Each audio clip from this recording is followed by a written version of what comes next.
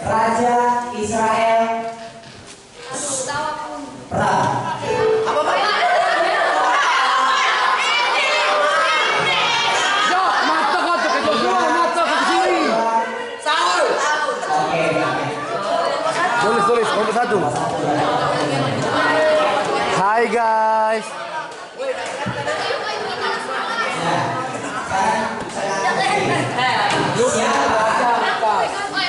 Yang tercatat di dalam Alkitab sebagai orang dengan usia terpanjang. Metusalah. Jadi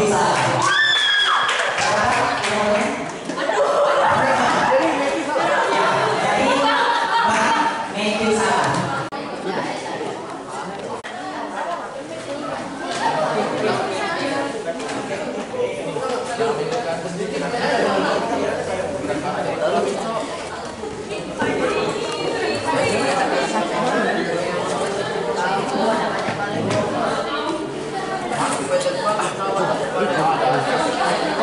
Bahkan jika perlu kami berbicara supaya mengetahui apakah tidak perlu mohon diperlukannya Bapak Ibu.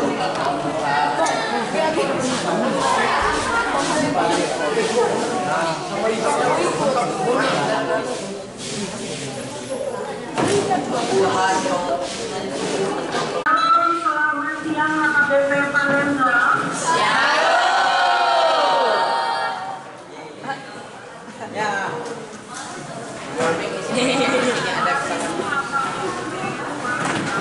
Akan ikut paket tur virtual Museum Alkitab. Tur virtual Museum Alkitab hari ini disajikan secara langsung atau live. Jadi ini bukan hasil rekaman. Kegiatan hari ini dilakukan secara langsung dan petugasnya nanti ada Kak Elvia sebagai pemandu dari tur virtual museum kita pada hari ini. Di akhir acara akan ada kuis berhadiah. Hadiah sudah dikirimkan, apakah Pak Ricardo sudah menerima?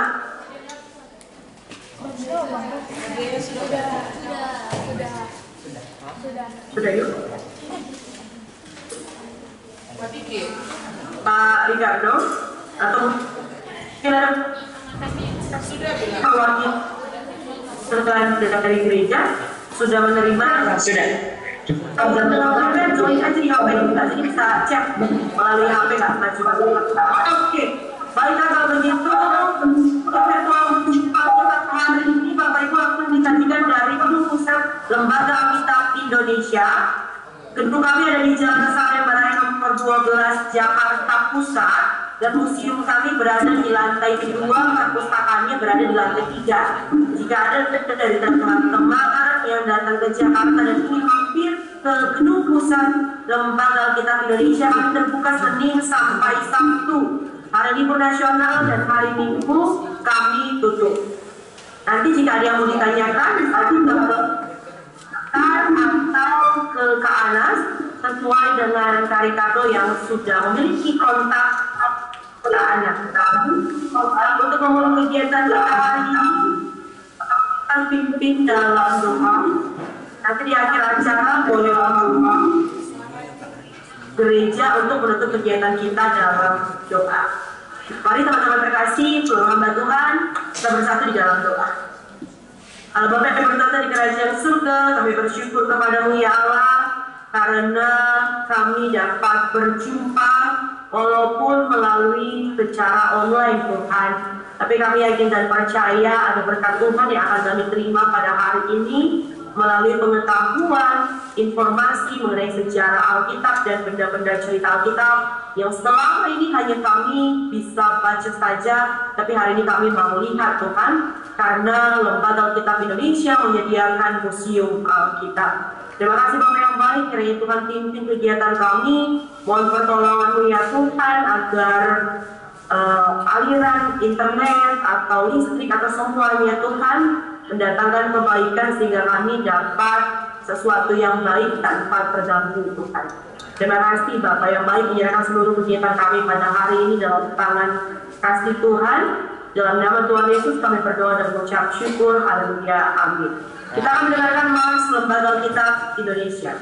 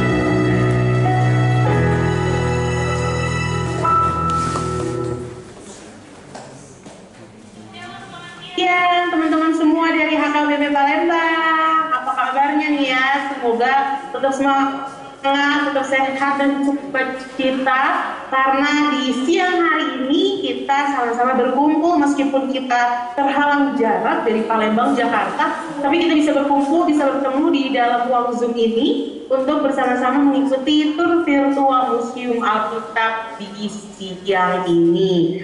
Sebelumnya aku mau tanya dulu apakah suaraku terdengar? Bisa teman-teman angkat jempolnya biar Kak Anas akan lihat. Terdengar ya? Oke, mantap. Perkenalkan dulu, nama aku Pia. Nanti mungkin teman-teman bisa panggil aku Kak Pia atau Pia. Dan hari ini aku yang akan memandu teman-teman semua. Kita hari ini akan melihat banyak sekali sejarah penerjemahan Alkitab. Lalu kita akan melihat benda-benda cerita Alkitab dan juga pohon-pohon dalam cerita Alkitab. Nanti mohon disimak baik-baik karena nanti di akhir acara Kak Kosta akan sampaikan kuisnya. Jadi nanti akan ada kita game seru-seruan. Kita akan melihat kira-kira teman-teman menyaksikan dengan baik apa enggak. Kalau memang nanti menyaksikan dengan baik, aku yakin teman-teman pasti bisa menjawab soal-soal yang nanti akan diberikan. Oke, hari ini aku nggak sendiri. Yang memegang kamera ada namanya Kak Anas. Dia yang akan membantu proses tur virtual kita hari ini. Semoga nanti jaringan aman supaya nanti teman-teman bisa melihat dalam layar di gereja tidak ada kendala apapun. Oke, tanpa lama-lama kita mau menyaksikan yang pertama sejarah komunitas dan juga penuhan. Kalau sekarang kita mau berkomunikasi lewat HP atau enggak bisa dengan mengobrol tatap muka, banyak sekali.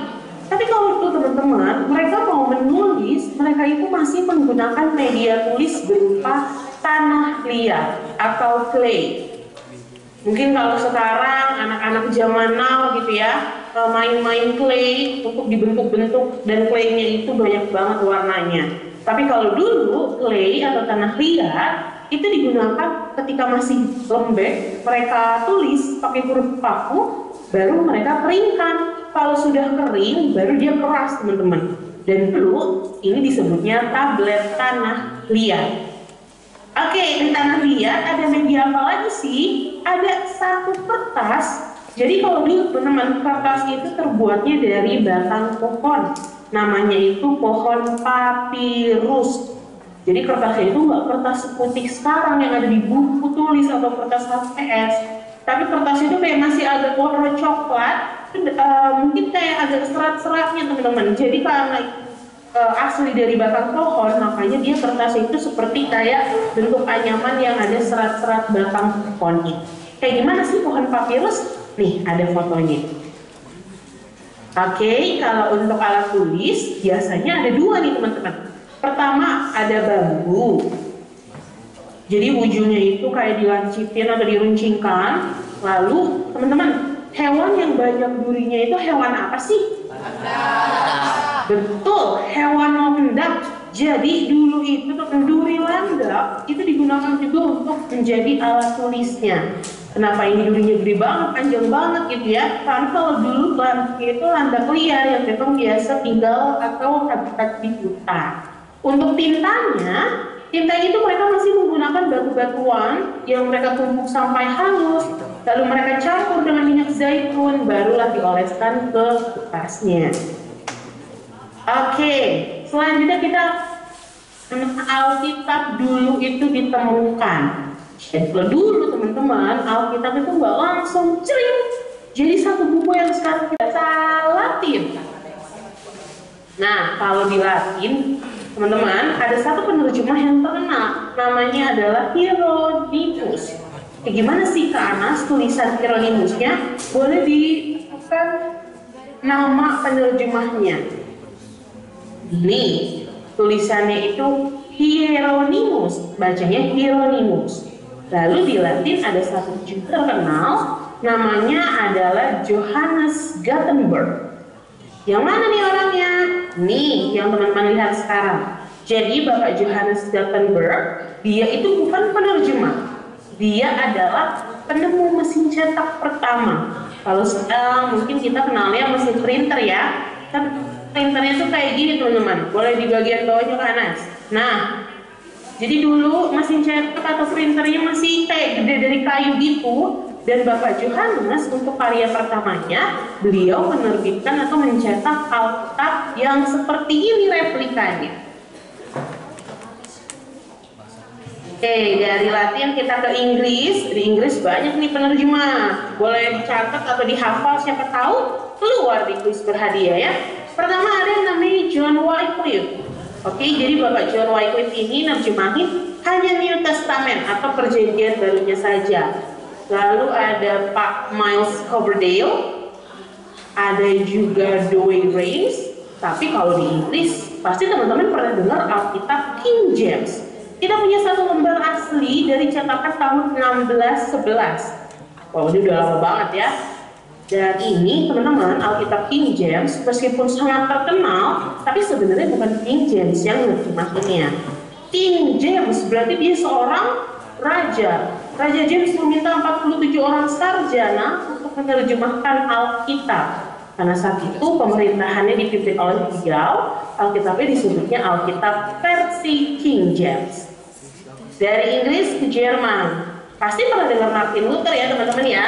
Jadi Pak Martin Luther selain tokoh reformator, beliau juga adalah penerjemah Alkitab ke bahasa Jerman. Kita kasih tunjuk dulu nih, contoh Alkitab Jermannya. Dari Jerman, kita sekarang mau lihat contoh Alkitab Perancis. Yang teman-teman lihat di layar sekarang, ini adalah Alkitab Ekumenis, terjemahan Ekumenis. Apa maksudnya? Jadi kalau Alkitab ini hanya terdiri dari satu buku, tapi bisa dipakai di 3 gereja. Apa aja? Protestan, Katolik, dan juga Ortodoks. Oke, dari Perancis kita mau melihat Alkitab Belanda. Di Belanda ada Alkitab yang cukup besar. Ini spesial teman-teman, karena dihadiahkan ke seorang ratu Belanda, namanya adalah Ratu Juliana. Kalau teman-teman lihat tulisannya, boleh di zoom panas mungkin ya nanti. Dia itu ada 2 warna yang berbeda. Ada warna hitam dan warna agak coklat-coklat keemasan. Dan itu ada campuran tinta emasnya loh teman-teman. Jadi makanya dibuat spesial sebagus mungkin untuk diberikan kepada Ratu juga. Dan dulu di Belanda juga sudah ada Alkitab, ada gambar-gambarnya. Nama penerjemah pelukisnya adalah Rembrandt. Boleh di zoom dulu Pak Anas.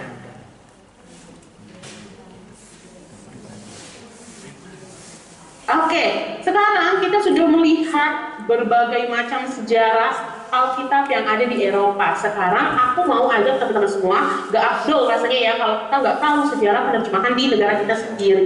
Kita mau lihat sejarah penerjemahan di Indonesia. Boleh silakan ke Anas. Oke, ada fun fact teman-teman. Orang Indonesia dulu baca Alkitab nggak langsung loh pakai bahasa Indonesia. Ada yang bisa tebak nggak?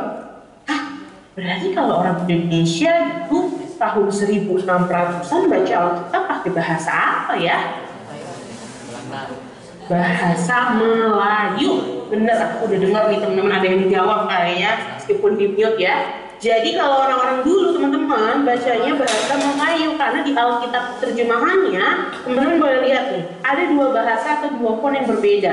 Kalau font yang bold atau tebal yang di sebelah kiri itu bahasa Belanda, baru diterjemahkan ke yang sebelah kanannya bahasa Melayu.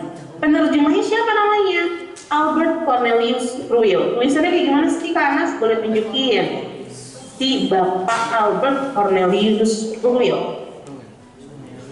Oke, tapi Bapak Albert ini hanya nerjemahin satu kitab doang, yaitu kitab Matiusnya aja. Selain Bapak Albert Matius ini, ada juga kitab Kejadian, tapi penerjemahnya bukan Pak Albert Ruil, melainkan Browerius. Oke ya, nih contoh Alkitabnya. Dia juga ada dua font yang berbeda ya, ada yang tebal, ada yang tipis. Masih sama, yang tebal Belanda, yang tipis Melayu. Oke, di sebelahnya penerjemah lainnya namanya Leijdekker. Beliau nerjemahinnya kalau kita lihat fisiknya udah full ya, dari Kejadian sampai Wahyu. Jadi dia tetap aja sama, ada bahasa Belanda sama bahasa Melayu. Oke, sebelahnya lagi kita punya contoh terbitan, terjemahannya Klinker. Kalau Klinker, dia nerjemahinnya ada dua versi loh teman-teman, ada Melayu rendah dan Melayu tinggi. Maksudnya apa lagi nih ya? Kalau Melayu rendah itu yang memang di bahasanya kehidupan sehari-hari, jadi lebih mudah dipahami. Sedangkan kalau Melayu tinggi itu kayak bahasa baku, bahasa formal, sulit sekali. Dan ini terakhir adalah Alkitab terakhir yang menggunakan bahasa Melayu. Penerjemahnya namanya Bapak Bode. Bu Bode or Bode gitu ya penyebutannya. Jadi Bapak Bode ini nerjemahinnya menggunakan tulisan tangannya langsung. Yang mana sih orangnya? Boleh di zoom ke Anas. Nah ini ada 3 orang yang berdiri yang Bapak Bode. Oke, sekarang kita mau masuk ke sejarah lembaga Alkitab Indonesia. Ada yang tahu LAI berdiri? Waduh, ya Kak Fia ya. LAI tanggal 9 Februari 1954 untuk jajaran ketuanya diketuai oleh Dr. Todung Sultan Budia, ada wakilnya, anggotanya teman-teman bisa lihat semuanya.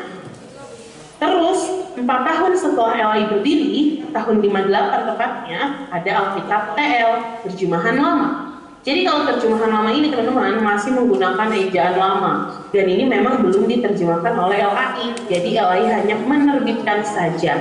Berarti terjemahannya dari siapa dong? Dari Klinkert dan Bode, di mix perjanjian lamanya Klinkert, perjanjian barunya Bode. Lalu tahun 74 sudah ada Alkitab TB, terjemahan baru. Ini baru sudah di launching, diterbitkan dan diterjemahkan oleh Lembaga Alkitab Indonesia.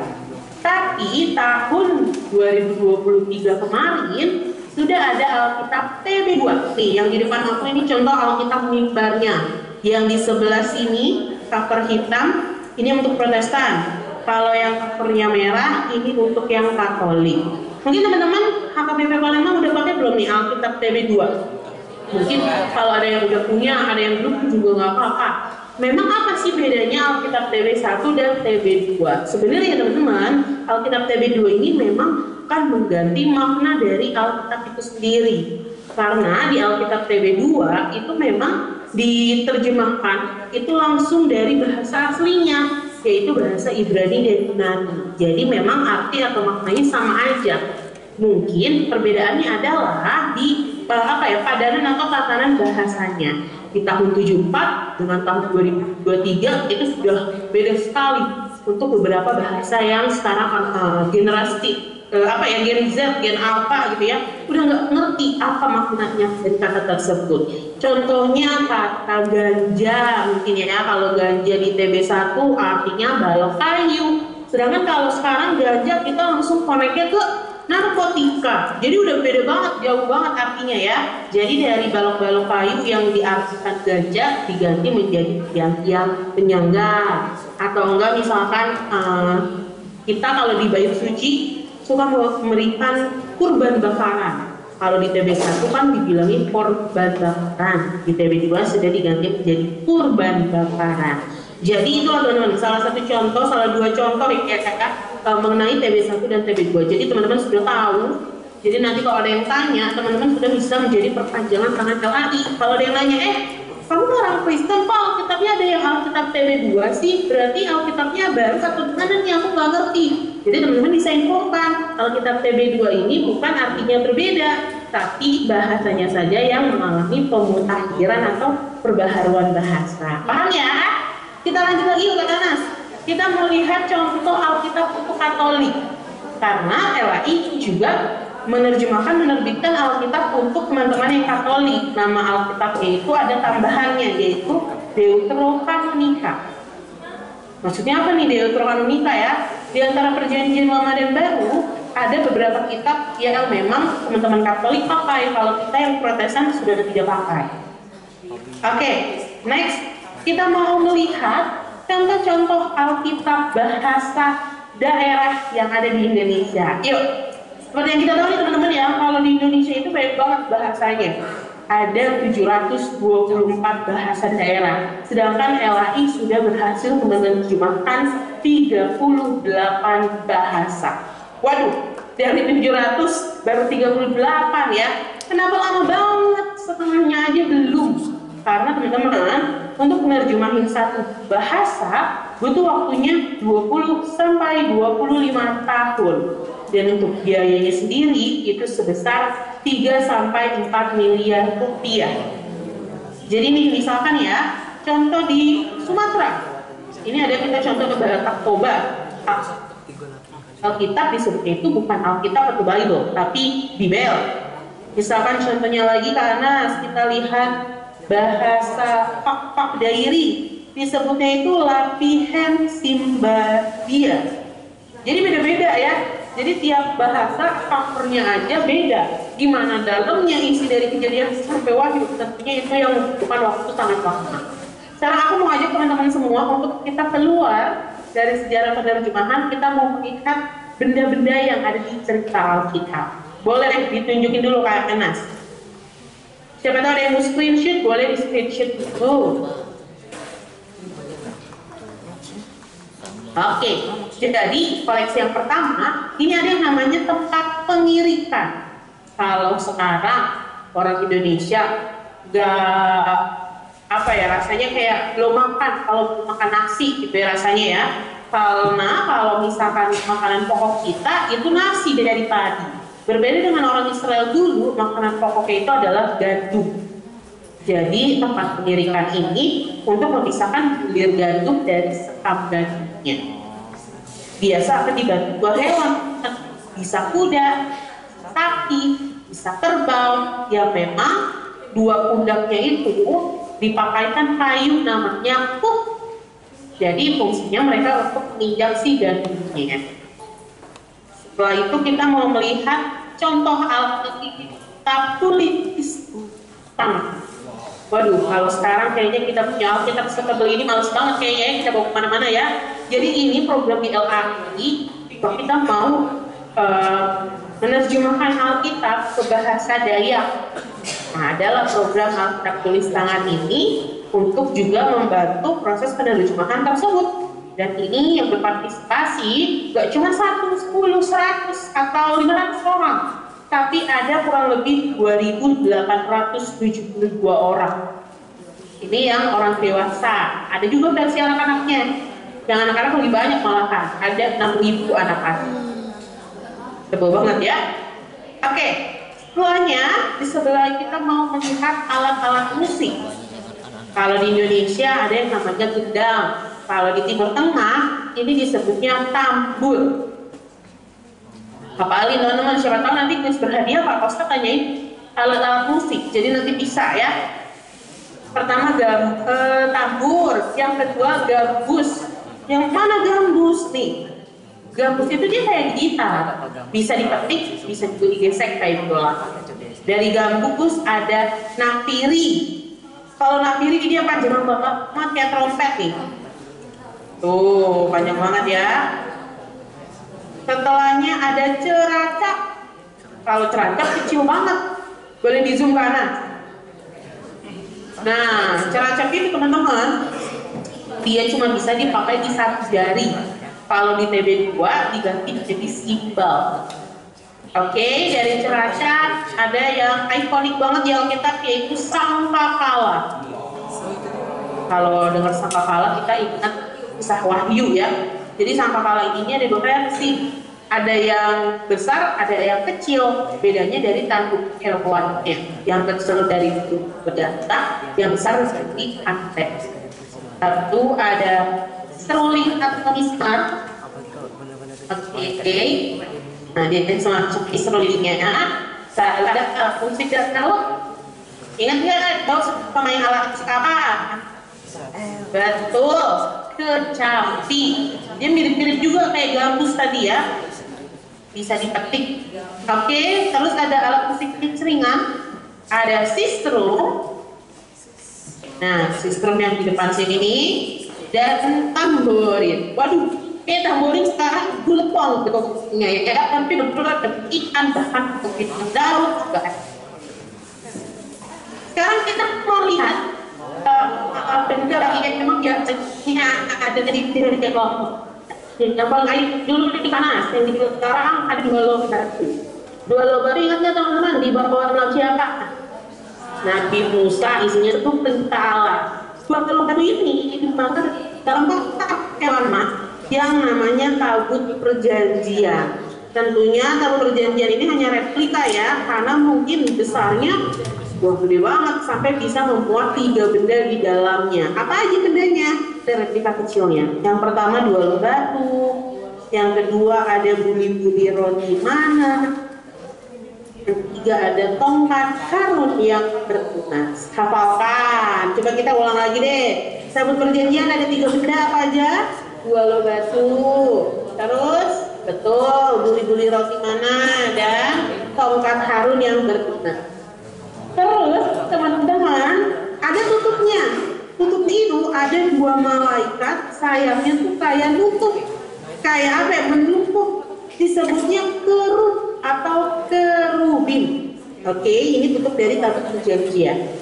Sekarang teman-teman ingat nggak sih kisahnya Daud dan Goliat? Pasti ingat ya, itu cerita yang kita ingat di sekolah minggu ya.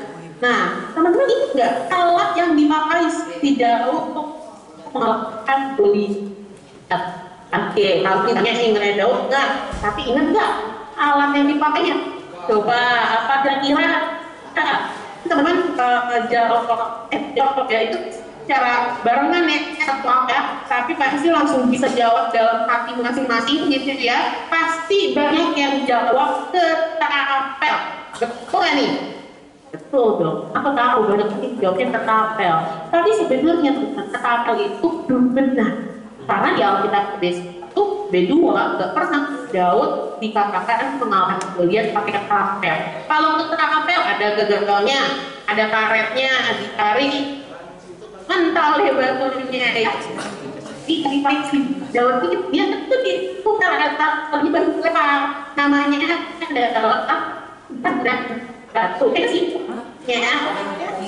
Nah, jadi itu ada tali alasnya dari kulit hewan sepertinya ya, terus ditaruh batunya, dibungkus batunya, lalu diputar talinya dan dilempar.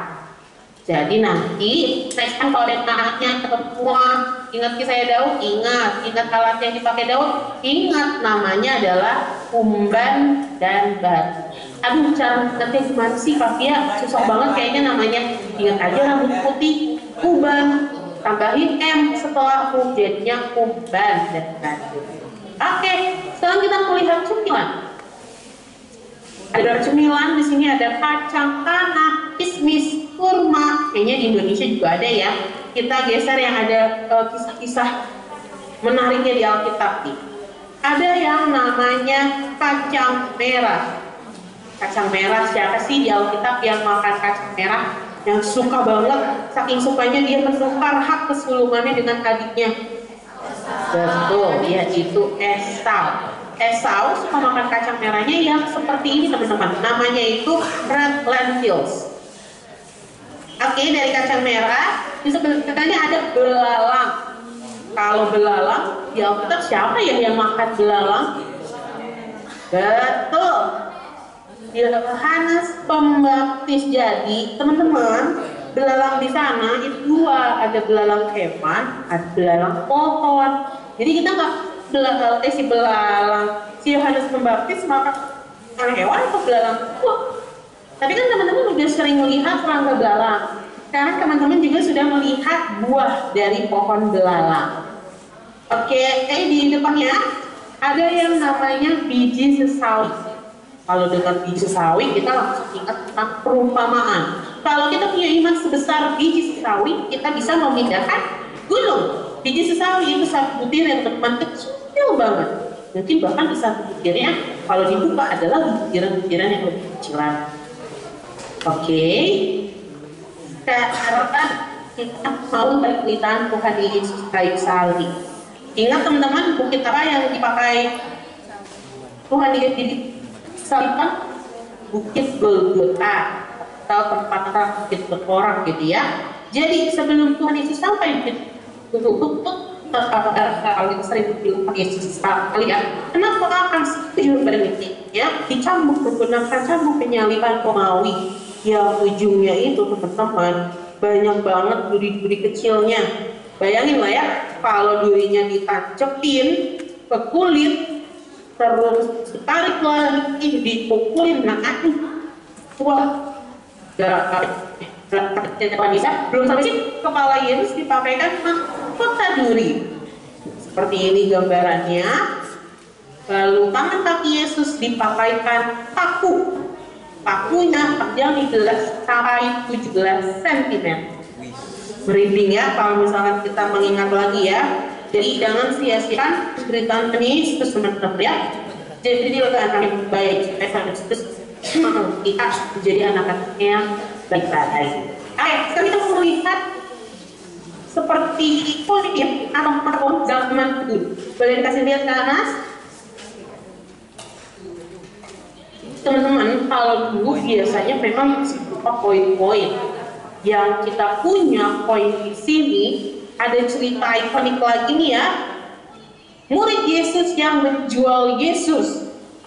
Ingat siapa namanya? Yes, betul. Yudas Iskariot. Yudas Iskariot dapat berapa keping, teman-teman? Betul, 30 keping. Dipercayai koin yang diterima Yudas adalah koin tetradrachmi yang teman-teman lihat saat ini. Wah, ya, ada yang rela nggak nih jual Tuhan Yesus ya? Kayak Yudas, jangan sampai ya. Sekarang kita mau melihat batu kilangan atau batu giling. Jadi kalau batu kilangan ini teman-teman adalah semacam batu untuk membuat tepung. Jadi di bagian atasnya dia ada lubang. Nah di lubang situ dimasukkanlah kacang hijau atau gandum. Oke, lalu diputar-putar sampai tepungnya. Tapi itu berat banget. Saking beratnya Tuhan Yesus pernah bilang, kalau ada orang-orang yang menyesatkan anak-anak akan dikalungkan batu kilangan dan dilempar sampai jatuh ke dasar laut. Tapi berat ya. Terus kita mau melihat ada semacam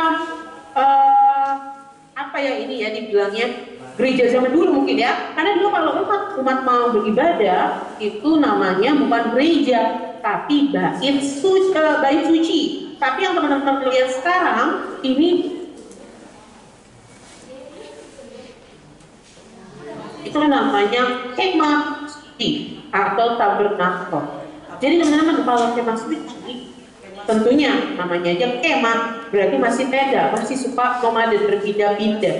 Jadi kalau misalkan Allah perintahkan mereka pergi ke kota A, ya mereka bongkar pasang, pergi lagi ke bongkar pasang, gitu ya. Terus di sebelah sini ada pintunya. Nih ini pintu, terus kita masuk ke tempat atau mesbah pembakaran. Disinilah pembakaran ke mesbah pembakaran. Di sini mereka harus membasuh dirinya hingga bersih. Baru di tenda sebelah sini ada dua ruangan. Ada ruang kudus dan ruang maha. Jadi di ruang maha kudus inilah tempat imam besar berdoa. Tapi teman-teman, kalau misalkan yang masuk bukan imam besar yang memang dianggap layak sama Tuhan, mereka akan mati terbakar. Jadi dulu kalau peraturan dari Allah dibuat, memang harus benar-benar ditaati ya. Jangan ada yang menyangkal atau melanggarnya. Dari kemah suci, sekarang kita mau melihat versi yang sudah megahnya nih ya, yang udah nggak pindah-pindah. Namanya adalah bait suci. Ini bait suci yang pertama dibangun sama Raja Salomo.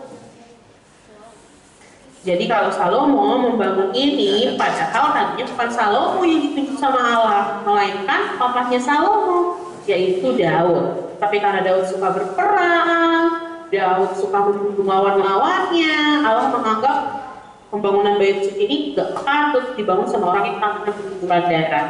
Makanya Allah menunjuk anaknya Daud, yaitu Salomo. Sama aja ya, ada pembakaran, pembasuhan, ruang kudus, dan maha. Tapi ini hancur ketika ada kerajaan Babel dengan rajanya Nebukadnezar, perang, Israel kalah, dan pokoknya hanya menyisakan kesedihan dan penderitaan bagi umat Israel selama 70 tahun di perbudakan Mesir, di perbudakan pembuangan gitu ya, di Babel. Lalu ada dua orang yang rindu untuk kembali membangun bait suci. Namanya adalah Ezra dan Nehemia. Tapi ini di kerajaan Herodes itu kayak dibangun ulang atau direnovasi, diperindah, diperluas. Kalau teman-teman ingat kisah Yesus marah bait suci di sebelah sini nih ya, karena banyak orang yang berjualan dengan cara yang tidak jujur, lalu dijadikan tempat berjudi, sarang penyamuk di sebelah sini. Baru di bagian dalamnya adalah kawasan bait sucinya. Tapi ini juga hancur teman-teman. Oleh jenderal Romawi namanya Titus, hanya menyisakan tembok sebelah barat yang sampai saat ini sering dikatakan tembok ratapan. Melihat ada pelita. Kalau dengar pelita, ingat ceritanya 5 gadis bodoh dan 5 gadis bijaksana. Kenapa sih si gadis bodoh? Bayangin teman-teman, dulu kalau mau ada penerangan, mereka itu pakai lampu pelita, lampu minyak ini. Dan memang tempatnya itu kecil-kecil. Kalau dibanding sama tangan kita, gedean tangan kita kemana-mana ya. Terus dimasukin lah minyak, dimasukin sumbu. Kalau udah habis minyaknya, gak ada lagi deh penerangannya. Makanya si gadis bodoh itu mageran orangnya. Jadi teman-teman jangan mager ya. Selanjutnya kita mau melihat ada lukisan perjamuan terakhir Tuhan Yesus bersama dengan ke-12 murid. Ini digambar atau dilukis oleh orang Indonesia. Digambarkan dalam kesederhanaan perjamuan terakhir sebelum ia ditangkap. Jangan salpok ke situ, itu bukan semacam anomali ya. Tapi itu adalah digambarkan Judas yang telah datang habis negosiasi dengan orang yang menjerat atau mau jual Yesus. Oke, dari lukisan perjamuan terakhir kita mau melihat ada beberapa pakaian-pakaian yang kita punya display di sini. Pakaian pertama, ini ada pakaian orang-orang Farisi. Kalau orang Farisi ini kan salah satu kelompok dalam masyarakat Yahudi di Perjanjian Baru yang memang terkenalnya itu ketekunan mereka dalam mematuhi hukum dan juga tradisi agama. Sosok banget sih ke anak, dia mau iniin dulu matanya biar kelihatan ya sama teman-teman ya. Jadi seperti inilah gambaran pakaian-pakaian orang-orang Farisi pada saat itu. Lalu di tengah kita punya pakaian wanita-wanita Israel, mana kalau mereka itu dari atas kepala sampai ujung kaki serba tertutup. Kenapa? Karena mereka hidup di padang pasir, banyak tubuh berlebaran, udara yang panas banget untuk hidup mereka, makanya pakaiannya tertutup. Lalu kita punya juga contoh pakaian laki-laki untuk beribadah. Jadi kalau laki-laki di bagian atasnya mereka pakai namanya loh kippah. Lalu di bagian kepalanya juga mereka gunakan penutup kepala yang disebut talit. Talit itu kayak kain semacam selimut yang digunakan untuk ibadah atau sembahyang. Lalu di bagian ujung talitnya ada yang namanya zit-zit. Zit-zit ini tali yang memang dijalin khusus untuk dipasang pada ujung-ujung talit. Biasanya warnanya itu antara putih atau enggak biru. Jadi kalau talit dan zit-zit itu memang selalu berpasangan. Pasti akan ada di setiap ujung dari talit, si zit-zit itu. Oke, kita udah lihat nih bagaimana benda-benda atau koleksi-koleksi yang ada di Museum Alkitab. Sekarang kita mau naik ke lantai 3. Tapi sebelum aku naik, teman-teman saksikan video yang satu ini.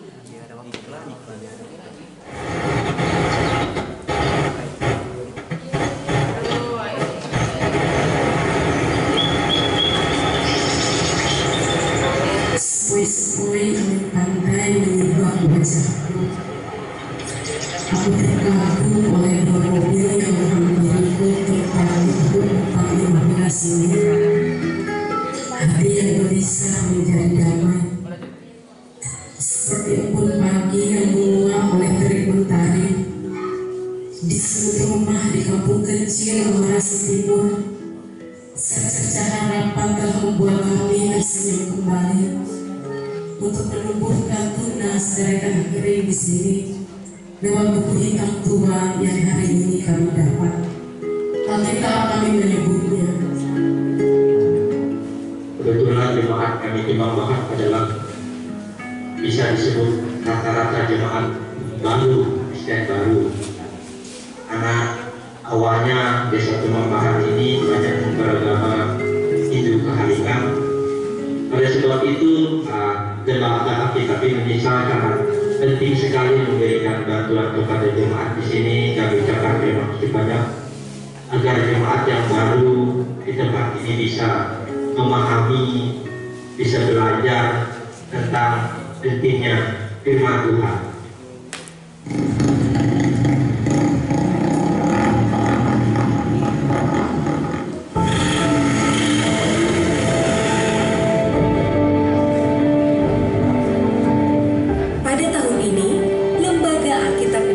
Kembali mengajak kita semua untuk mendukung pengadaan 155.000 eksemplar Alkitab dan bagiannya di daerah berikut ini: Samosir, Murung Raya, Malang bagian selatan, Sumbawa, Sumba Barat Daya, Lauje, Lamahola, Wijewa, Pulau Taliabu, Pulau Buru, Pulau Seram, Timur Leste, Walang, Asmat, Kamoro, dan Tanah Miring, Merauke.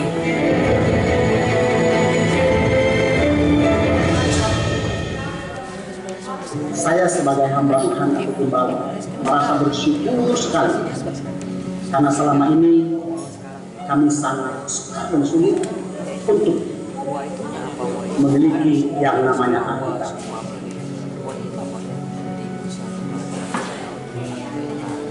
Jadi sukacita besar kiranya Tuhan terus memberkati lembaga Alkitab Indonesia dan terus menjadi berkat dalam kasih bagi wilayah-wilayah terluar di Indonesia. Dalam bahasa dia, Joe Suba Joe, Tuhan memberkati lembaga Alkitab Indonesia.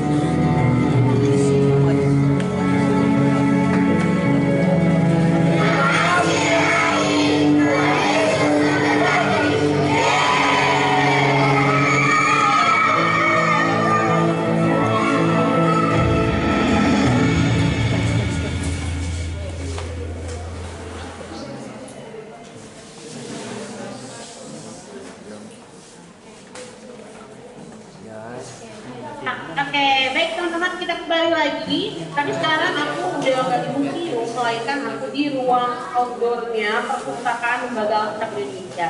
Next time kalau teman-teman berlibur, nanti boleh datang ke museum dan juga sekaligus perpustakaan kita. Di bagian luarnya, kita ada semacam tempat juga untuk duduk-duduk, tapi sambil dikelilingi oleh berbagai macam pohon atau tanaman-tanaman yang ada di sekitar Alkitab.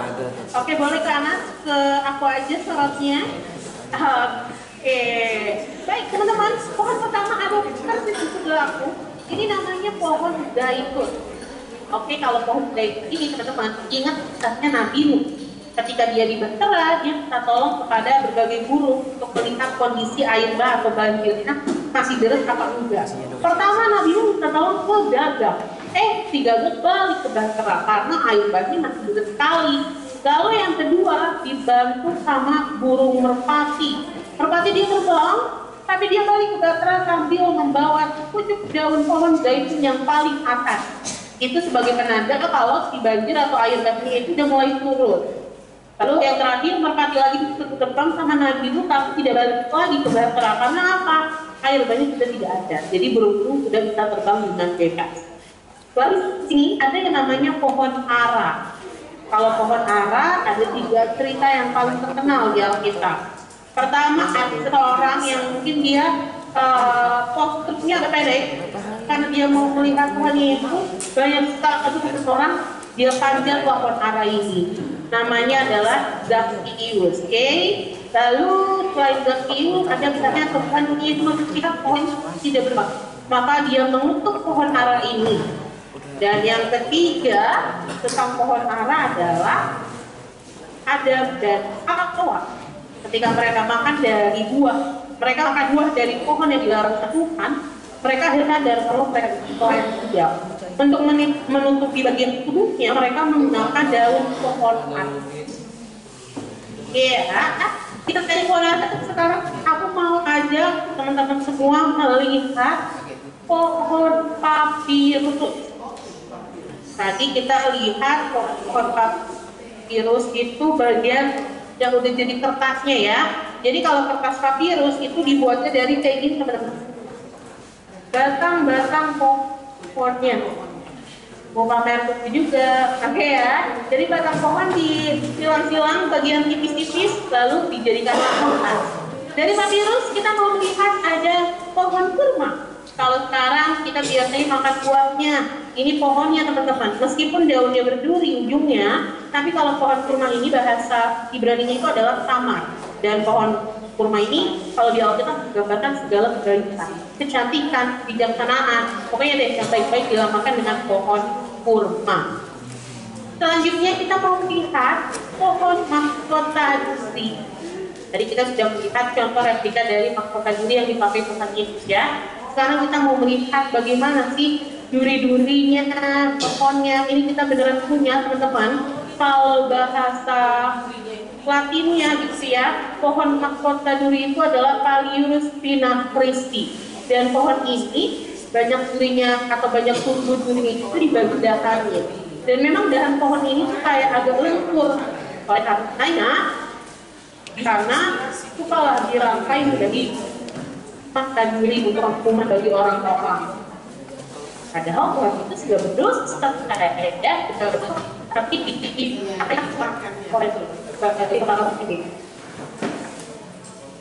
Oke, kita melihat pohon yang kemerambat ya. Ada pohon anggur. Kalau anggur kita ingat Giza Tuhan yang pertama, yaitu berubah menjadi anggur di pernikahan Kana. Dan terakhir orang ini senang pohon anggur. Ini pohon ini ya. Karena ada terakhir kita punya contoh dari pohon delima. Jadi itu bukan buah manggis teman-teman, tapi buah delima. Memang dia ada kecoklatan hitam ya, ada delima asli dari Indonesia. Terus lagi tadi dari orang pajak, dari pohon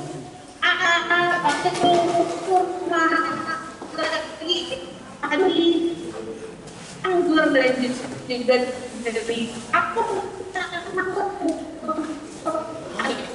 silakan anak. Nah, jadi kalau nanti ada nanti itu ada mungkin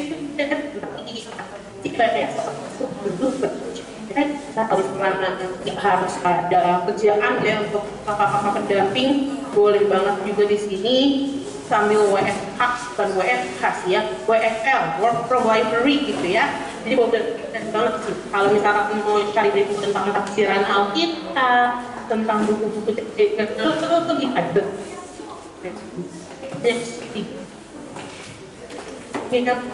Terus Alkitab dari mancanegara, yang itu pastinya usianya udah dalam ya, usia itu sudah belum kan ada di sini kita punya sistem spesial Kak. Apa spesial? Oh, ini nanti teman-teman. Pertama nih, tubuhku cuma di sini seperti kita. Tahu di tubuh nggak ada. Karena ini adalah Alkitab Blend. Itu suruh teman kita yang memang bisa secara sejahtera. Jadi kalau teman-teman kita datang ke kita kamu tahu, tapi memang rasanya kamu berada di neraka. Oke, dan spot terakhir kita punya ruang Tuhan. Jadi ini kan bahwa kan kalau di bawah kita jadi mulai itu repot ini dari kami aman jaminnya ada mereka aneka buku cerita gambar games puzzle banget sih. Oke, kita sudah selesai keliling-keliling museum dan juga perpustakaan. Kita harapkan nanti kalau di Jakarta bisa banget datang ke sini. Jadi kita salah satu destinasi berliburan ya. Sebelum kita kuis berhadiah, aku mau memberikan Kak Costa, tapi kan satu dia yang satu ini.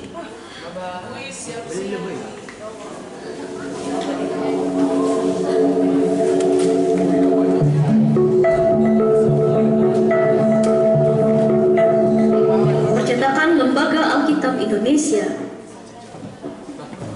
berdiri sejak tahun 1966.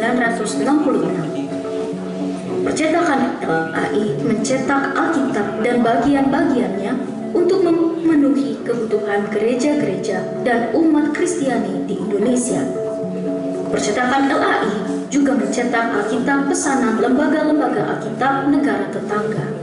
Percetakan LAI terus-menerus berinovasi agar tercipta efisiensi dan efektivitas. Agar kualitas produksi terjaga, selain didukung mesin-mesin modern dan SDM yang kompeten, percetakan juga menerapkan manajemen modern dalam pengelolaannya, seperti 5R, ISO 9001-2008 dan ISO 9001-2015. Beberapa keunggulan percetakan LAI adalah menggunakan setting dan montase digital, mampu mencetak di atas Bible paper, menggunakan mesin jahit otomatis dengan kecepatan tinggi dan benang kualitas baik, pengerjaan proses book block dengan mesin inline yang langsung terhubung dengan mesin potong 3 sisi, pengerjaan proses finishing good dengan mesin inline, penempelan kapital dan cover. Percetakan ini memiliki kapasitas produksi 2 juta eksemplar per tahun. Keistimewaan utamanya adalah pencetakan di atas kertas yang tipis, indeks halaman, warna tepian, serta desain dan tata halaman. Tentu saja dengan mutu yang baik dan harga yang kompetitif di industri grafik.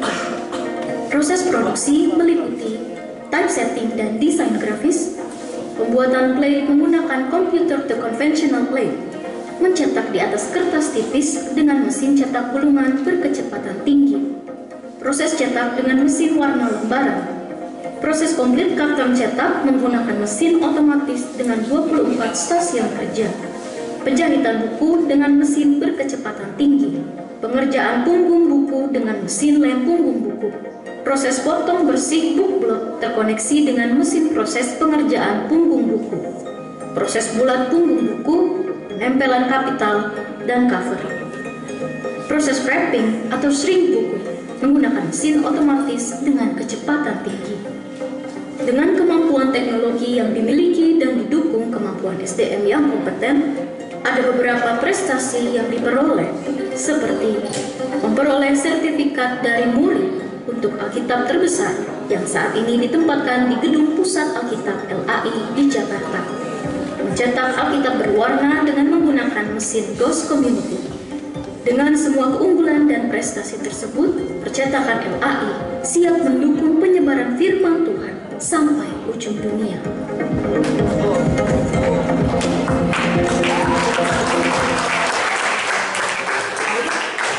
Terima kasih untuk teman-teman dan dari HKBP Pak Bendel yang sudah setia mendengarkan tur virtual musim Alkitab yang dipandu oleh Kak Elvia. Senang sekali rasanya teman-teman kita bisa berjumpa walaupun secara online. Jadi selama ini hal-hal yang kita baca di Alkitab kita bisa lihat bundanya di museum Alkitab. Tiba saat kita akan kuis berhadiah. Ada 3 hadiah yang sudah kami kirimkan. Nanti minta bantuan Pak Ricardo untuk memberikan kepada pemenang. Biasanya kami lakukan kalau memakai akun secara pribadi. Jadi siapa yang raise hand duluan, itu yang akan kita pilih untuk menjawab. Tapi karena ini nonton bareng, jadi kita kesediaan Pak Ricardo untuk melihat siapa yang mengangkat tangan terlebih dahulu, nanti boleh dipanggil di depan dan menjawab pertanyaan itu dan memberikan jawabannya. Setiap orang yang sudah menjawab dimohon untuk tidak ikut serta lagi di kuis selanjutnya. Itu saja syaratnya, sudah paham semua teman-teman ya.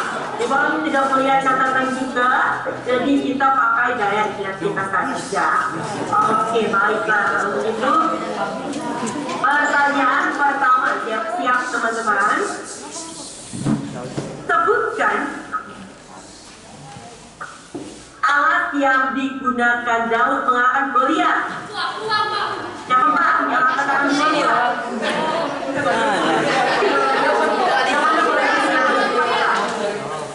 Oke, sebutkan nama Bang. Namanya apa, siapa, dan jawabannya apa? Yang boleh dong. Yang boleh tidak boleh yang satu ya. Tadi sudah disampaikan. Ya, tadi sudah disampaikan kembali ke sekarang. Dan sebagai Daud untuk mengalahkan Goliat adalah, jangan dilihat Pak, ayo apa?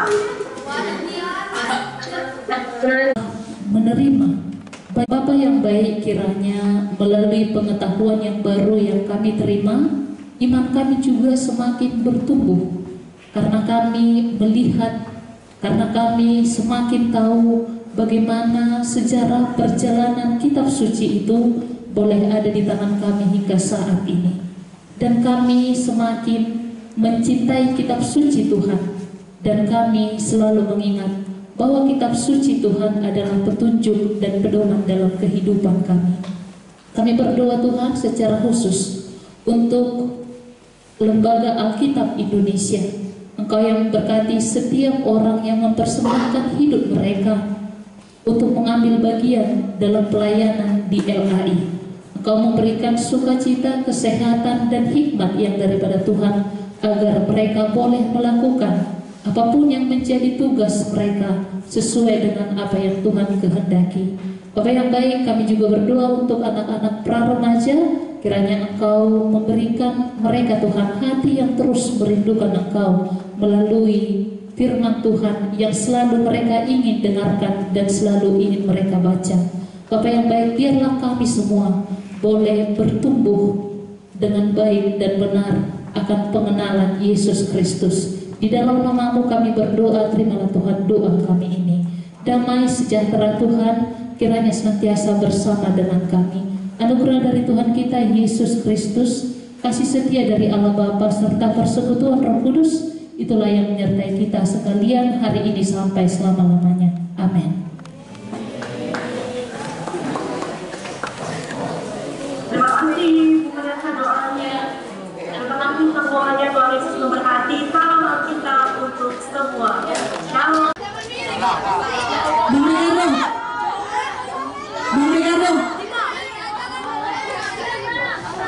Bang Ricardo, yang isi airnya mereka sendiri kan? Oh, oke. Perlu orang banyak nih. Oke, sabar ya. Taruh aja di pinggirnya masing-masing, Kak. Taruh aja di pinggirnya masing-masing. Nanti mereka yang taruh ke situ. Susah kali. Harus kami yang naruh. Iya, oke. Sabar. Ayo, Matthew. Balik dulu belajarnya, cepat. Bukan itu, taruh di gelas. Ayo, taruh di gelas dan taruh di depan masing-masing. Ayo, orang pertama siap. Balik. Dibalik. Penuhin. Kalau bisa sampai tumpah. Taruh, sudah semua? Oke, hitungan ketiga silakan estafetkan. 1, 2, 3.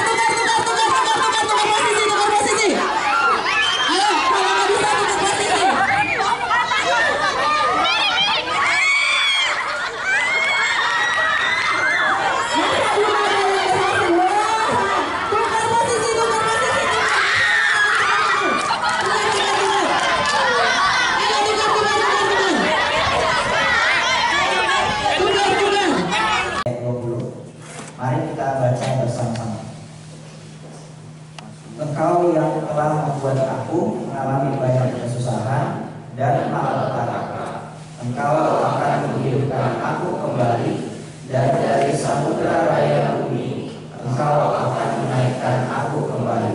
Kita baca bahasa Bapaknya. Nungato aka abodota dohot hinamaro ibasongko Tuhan kami. Saya Tuhan undo pakuluhan kami. Jara entok undo kami muse ijak sian aka alumni kanal. Kita bernyanyi dari buku ND AKBP nomor 707 ayat 2 lagu bohong buat Apollo.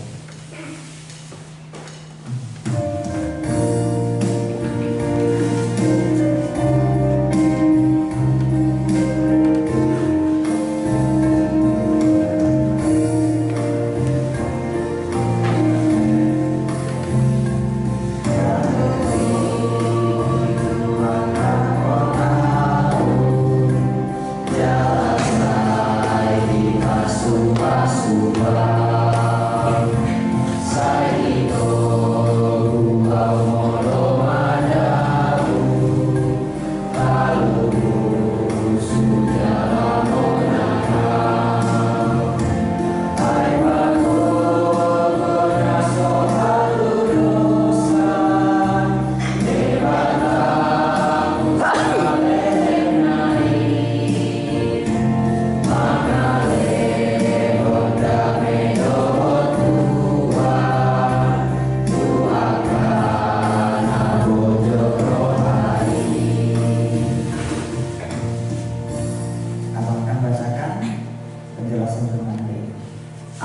memegang kendali dan memberi kehidupan.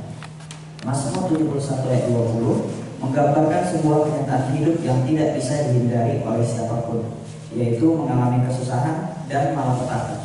Tidak ada manusia yang luput dari masa-masa sulit, entah itu masalah kesehatan, kehilangan, kegagalan, penganiayaan, atau berbagai ujian yang datang silih berganti. Di ayat ini, pemazmur jujur mengakui bahwa Allah lah yang membiarkan atau bahkan mengizinkan dia mengalami kesusahan dan malapetaka itu. Ini mungkin terdengar sulit dipahami karena biasanya kita menganggap Allah hanya memberikan berkat dan kebaikan. Namun di balik itu ada hikmat ilahi yang terkandung dalam setiap kesulitan yang kita alami. Kesusahan dan malapetaka seringkali menjadi sarana Allah untuk membentuk kita, mengajarkan kita untuk bergantung penuh kepadanya, serta menguji dan memperkuat iman kita. Mereka seperti api yang memurnikan emas, menjadikan kita lebih kuat dan lebih tulus.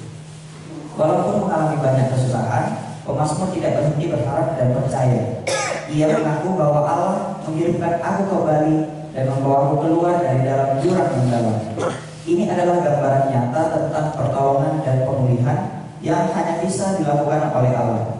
Kata menghidupkan aku kembali menunjukkan bahwa dalam kondisi sangat terpuruk, baik secara fisik, emosional, atau rohani, Allah memberi kehidupan baru. Mungkin kita pernah merasa seperti jatuh ke dalam jurang, terjebak dalam kegelapan yang membuat kita putus asa. Namun, ayat ini memberi harapan bahwa Allah tidak membiarkan kita di sana. Allah yang setia akan mengangkat kita, menyelamatkan kita dari kejatuhan, dan memulihkan hati serta semangat kita. Dia bukan hanya membebaskan dari masalah, tetapi juga memberi kekuatan untuk terus melangkah. Saat menghadapi kesulitan, penting untuk tetap bersandar pada Allah, mengingat bahwa Dia adalah sumber hidup dan mempercayai janjinya dan pemulihan. Bukannya menghindar atau mengeluh terus-menerus, kita diajak untuk berdoa, mempercayai janjinya, dan tetap teguh dalam iman. Kita juga diajak untuk bersaksi seperti pemazmur, bahwa walau banyak mengalami kesulitan, Allah setia membawa kita keluar dan memberi kehidupan baru. Kesaksian kita dapat menjadi penghiburan dan kekuatan bagi sesama yang sedang bergumul. Amin. Kita bernyanyi dari buku Sekolah Minggu nomor 158, Yesus sayang padaku.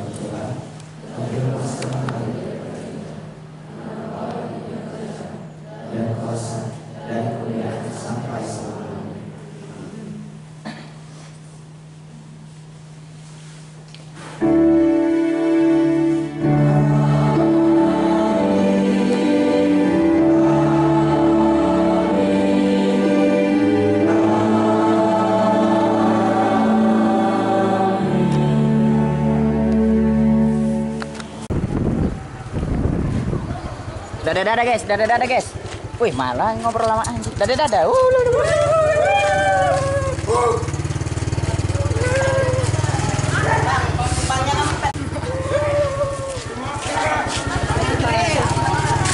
Pura-pura senang guys, pura-pura senang. Jangan senang kali. Wah, inang dia kok nih. Di sini rumah inang itu. Ini guys, ini mes AKBP ya, biar tahu kalian.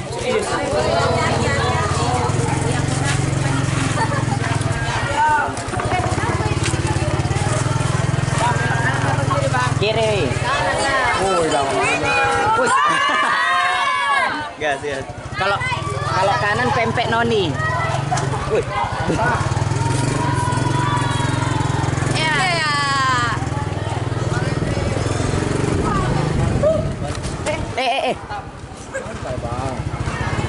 Ada apa?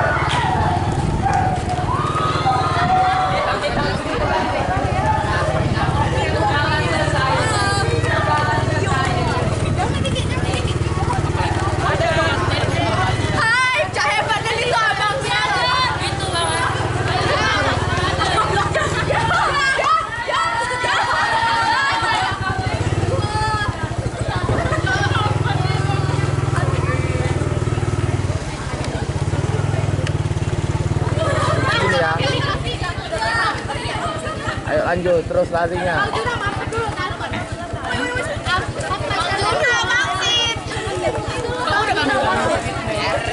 Nak berapa lama ini? Udah. Males motong.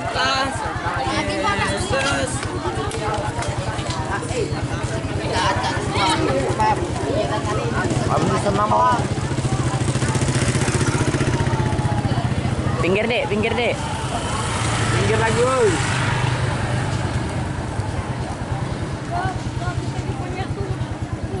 Sudah. Ini tidak membakar lemak, menambah lemak. Apalah, mokel. Nih yang mokel nih.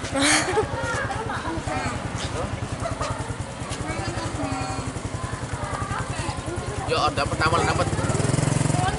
Tahu lontong. Wih, apa itu lontong? Dari kemarin, Bang.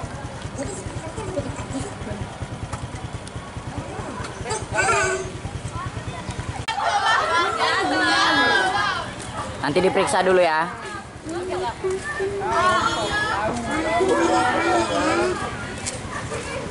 Dadah dong. Dadah dong Mika. Ya ampun.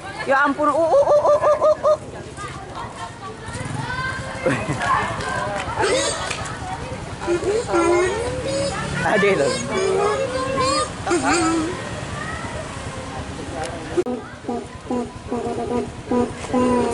Selamat sudah dicapai garis finish.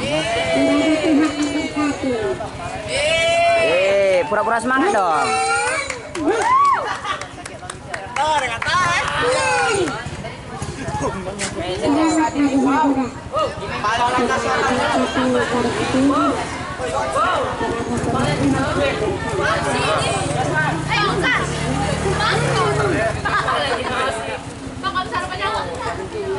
Nggak ada.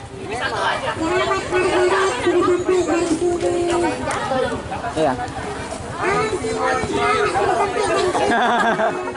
Dari mana Mang Simon? Ikut. Bukan kau. Gak mandi.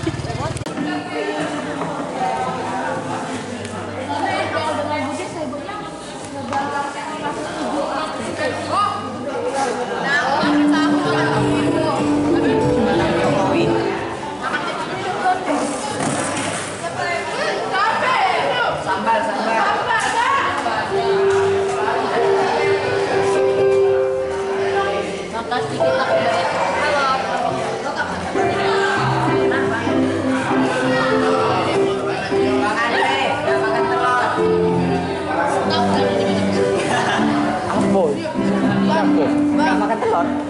Bang Alek. Umi.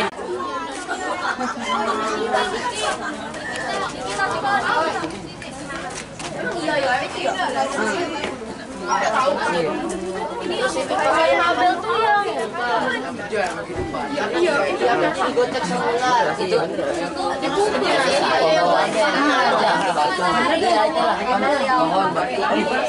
Orang batu, ada 2 orang lagi ya.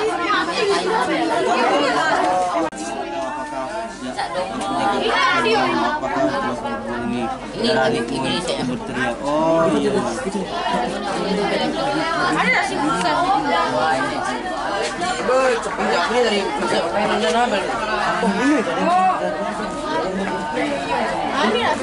Oh ini. Oh Musa dikejar. Berusaha dikejar. Yang itu.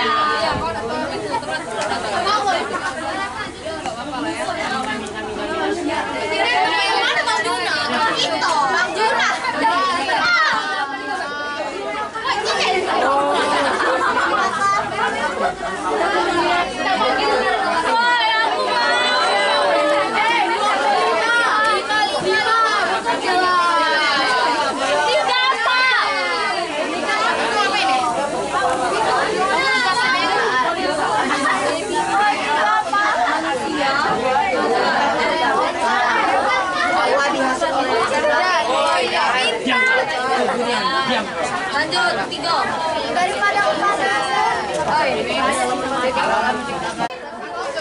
nah, diajarin FPC. Ini kan ini bukti yang koran. Itu disalipkan. Gogata ini. Yesus. Gogata. Disalibkan ya? Prajurit itu loh sih yang melihat Yesus disalibkan di bukit Golgota. Belum ini. Apa? Ini itu baik. Apa jadi? Apa tulisnya apa? Baca di kamu lah ini. Apa tulisnya? Aku bisa. Apa yang mau ditulis ini? Sabar bang. Oh yang kemarin ini Di bukit Golgota.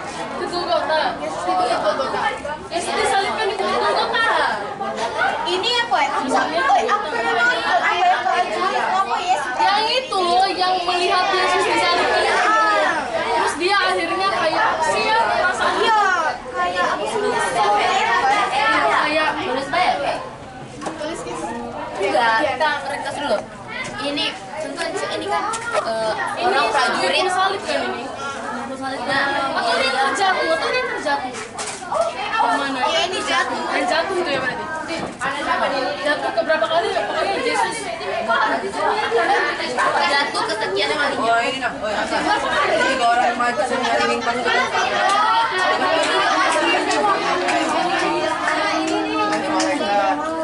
Ini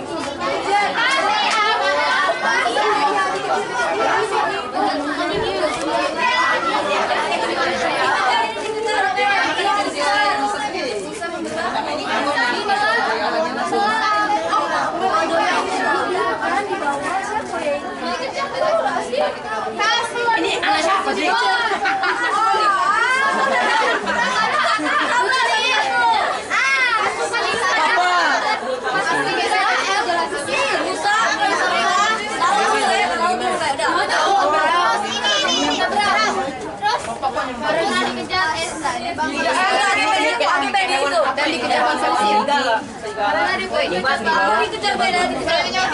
Dikejar oleh bangsa Mesir.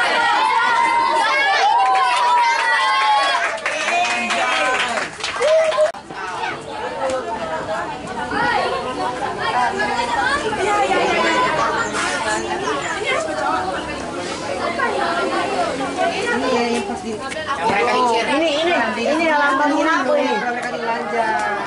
Oh ya, kalau bang, lu pakai langsung aja dia. Kayaknya ya.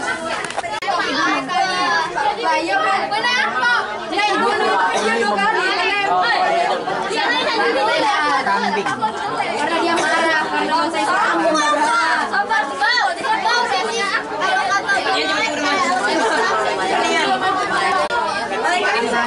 Oh malaikat ini. itu mati.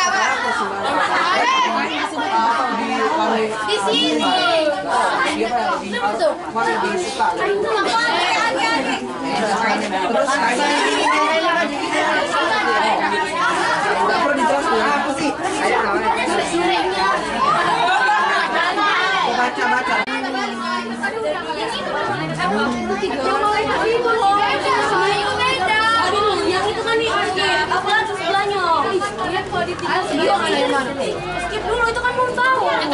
Yang malaikat sama orang itu. Oh itu, ada dua jawaban dulu. 10-nya apa? 10-nya kok itu udah? Jangan malaikat aja sih. Ke Maria dia. Kita berbalik di sini langsung. Apa dia jauh dia?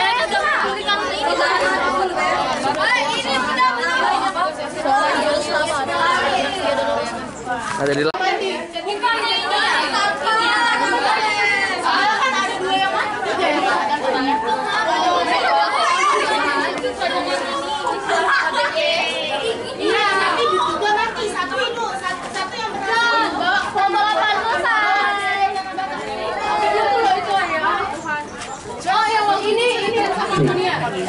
yang sudah dikumpul ya.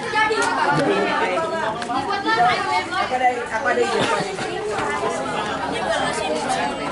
Kami menyerah. Coba. Oh, kalau merah.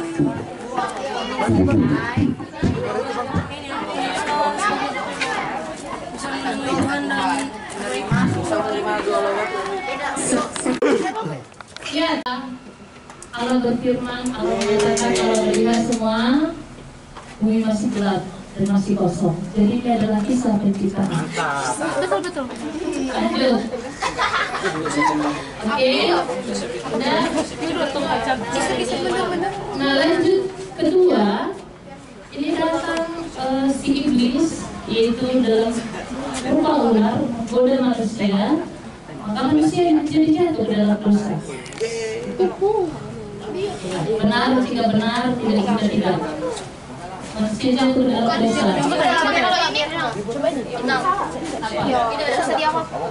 Ini Adam, Inang, Lopi, Inang.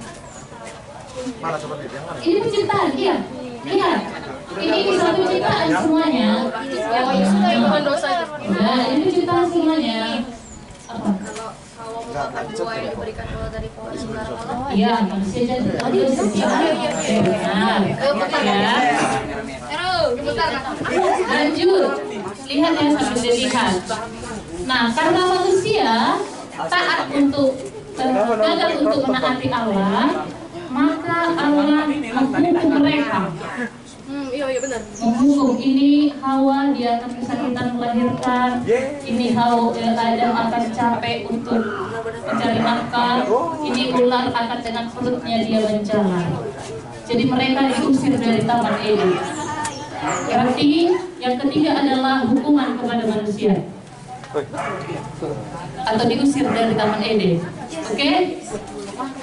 Jangan ada ngedit. Pokoknya apa aja yang kamu kerjakan. Oke? Lanjut. Kemudian masuk ke dalam kisah dua anak dari Adam dan Hawa, di mana Kain membunuh Habel adiknya karena iri hati dan cemburu. Oke? Ya, masuk.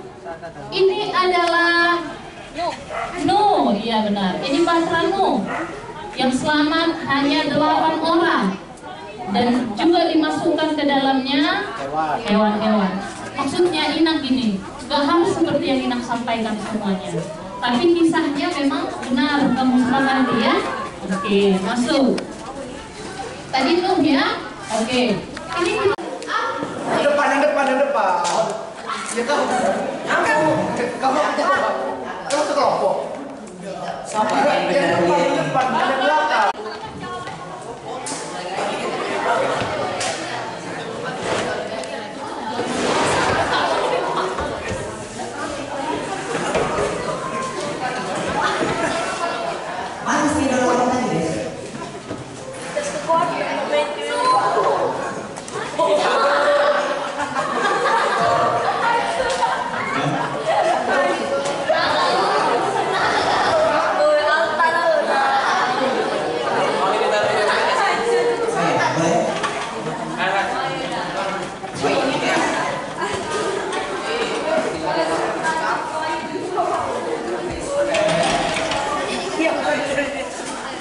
Oke, kelompok satu.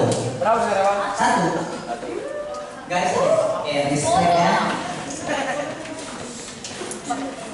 Siapa kan?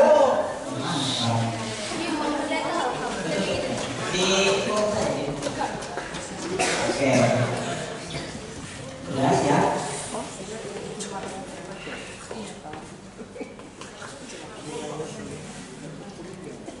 Terdapat di naskah dua bapaknya. Ujung, belakang.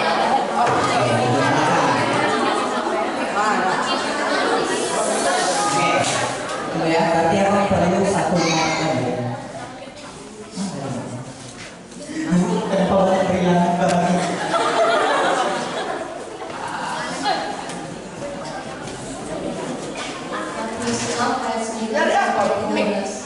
Oke. Mantap ya.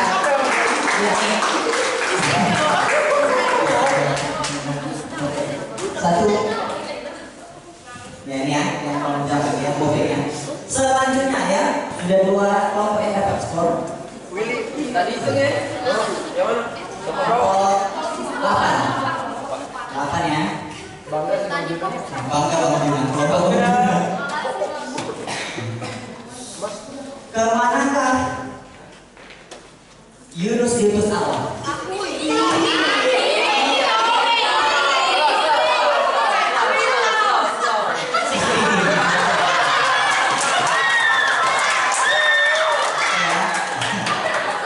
Oke, kelompok 5.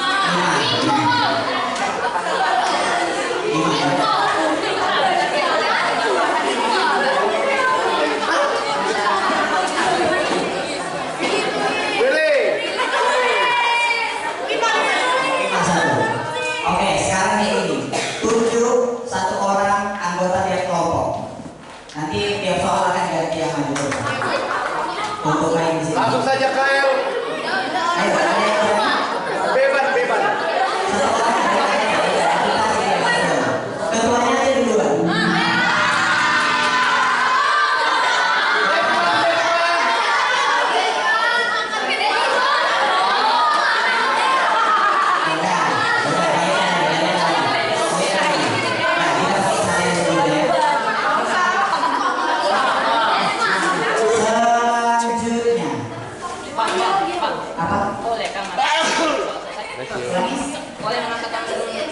Boleh, tapi tak boleh lanjut lagi soalnya.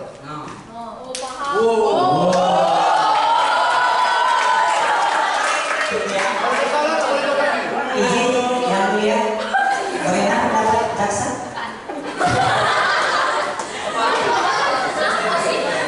Pertanyaan berikutnya.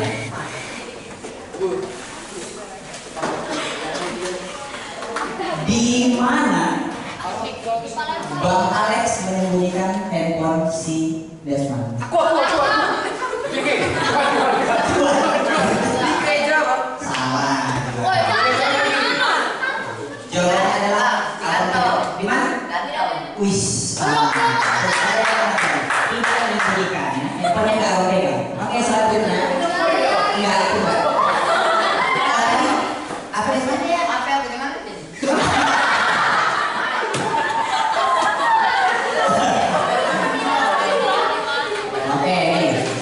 Siapakah